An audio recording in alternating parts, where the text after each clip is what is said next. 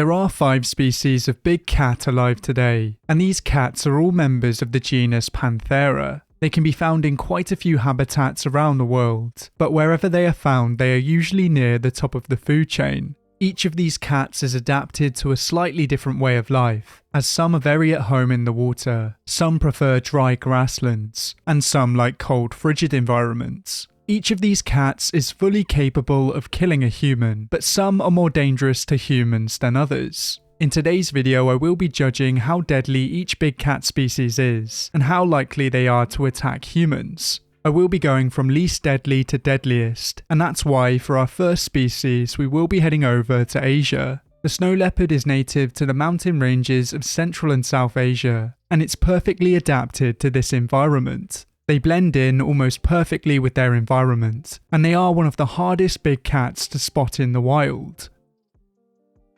These cats are expert ambush predators, and they feed on a variety of ungulates and small mammals. In some places across the snow leopard's range, they will prey on domestic livestock. This often results in human-wildlife conflict, but really it's not the snow leopard's fault. These animals are simply just trying to survive, and the domestic livestock is very similar to their natural prey. This predation leads to some people poaching snow leopards, and their body parts are very valuable on the black market. This really is a shame, as the snow leopard is listed as vulnerable, and as big cats go, they are not very aggressive at all.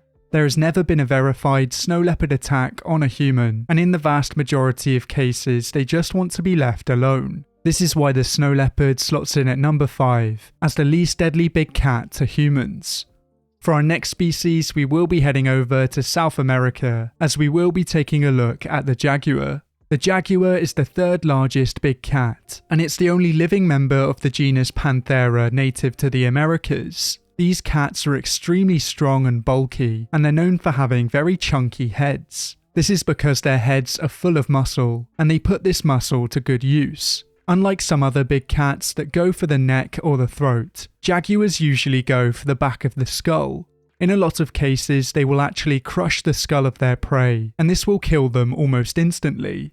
These cats are very at home in the water, and this is where they often hunt for prey. They'll target quite a lot of semi-aquatic creatures such as capybara, snakes, and caiman, and even though they are very efficient predators, they rarely attack humans. Jaguar attacks on humans are extremely rare, and they're usually triggered as a defensive mechanism. If you threaten a jaguar, it will fight back, but it's very rare for a jaguar to stalk and kill a human.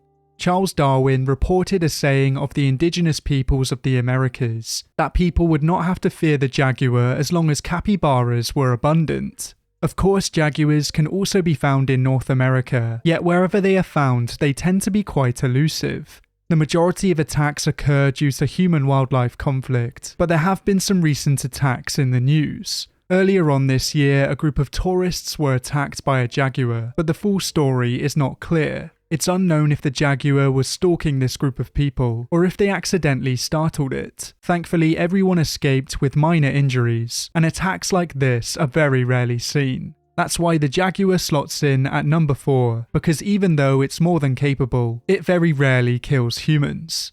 For our next species, we will be heading over to Africa and Asia, as we will be taking a look at the leopard. Because the leopard can be found over such a large area, it does have quite a few subspecies. These subspecies can differ in size and shape, and they do look very similar to the jaguar. Leopards are less stocky and muscular than jaguars, and they tend to be slightly smaller on average. Their diets and behaviours completely depend on where they're found, but the leopards in Asia seem to be more aggressive towards humans than the leopards in Africa. Even though the leopard is an expert ambush predator, its life is far from easy. It has many competitors and natural enemies across its range, including animals such as hyenas, bears, dogs, and even other cats. Because they are found in such competitive ecosystems, their kills are often stolen, and this is why they often haul their kills into trees. This tactic works most of the time, but sometimes brave lions will still manage to steal the kill. Over the past few hundred years, leopards have killed thousands of people. Leopard attacks on humans are a lot less common nowadays, but on the Indian subcontinent between 1875 and 1912, at least 11,900 people were killed by leopards. In some countries such as Nepal, leopard attacks are still relatively common, and this is mostly due down to human-wildlife conflict. There can be as many as 55 deaths per year in Nepal, and there are even more in India. Thankfully, most leopard attacks on humans are not fatal, but there were some notable attacks earlier on this year. That's why the leopard slots in at number 3, because even though attacks are relatively common, these attacks are often non-fatal.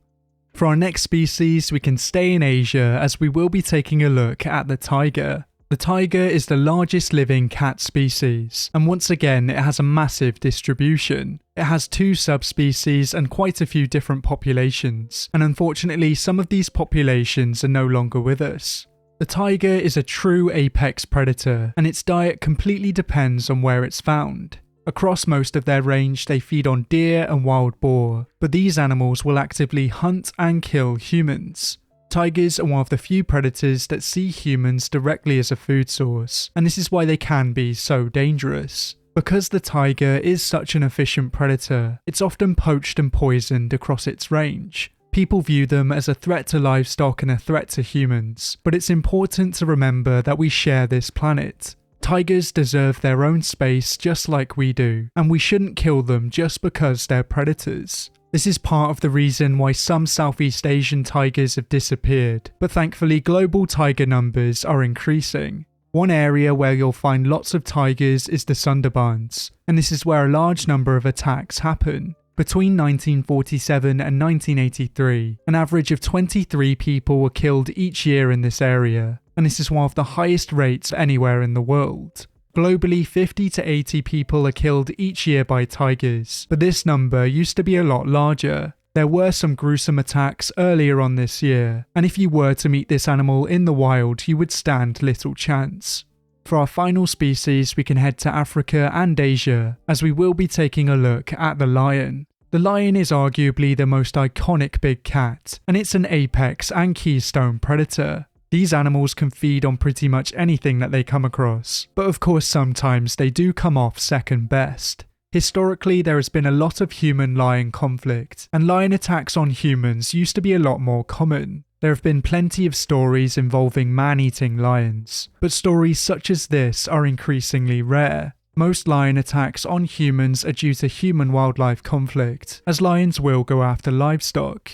Wild lions will often keep their distance from humans, but when they lose their fear of humans, they can become dangerous. There have been a few famous killings over the years, and some unlucky people are still targeted in the wild. It's estimated that lions kill around 100 to 200 people per year globally, and this slots them in at number 1. One-on-one, I think tigers are more deadly than lions, but as lions come into contact with humans more often, they are responsible for more human deaths. If you would have sorted these animals any differently, then let me know down in the comments below. But for now, thanks for watching, and until next time, goodbye.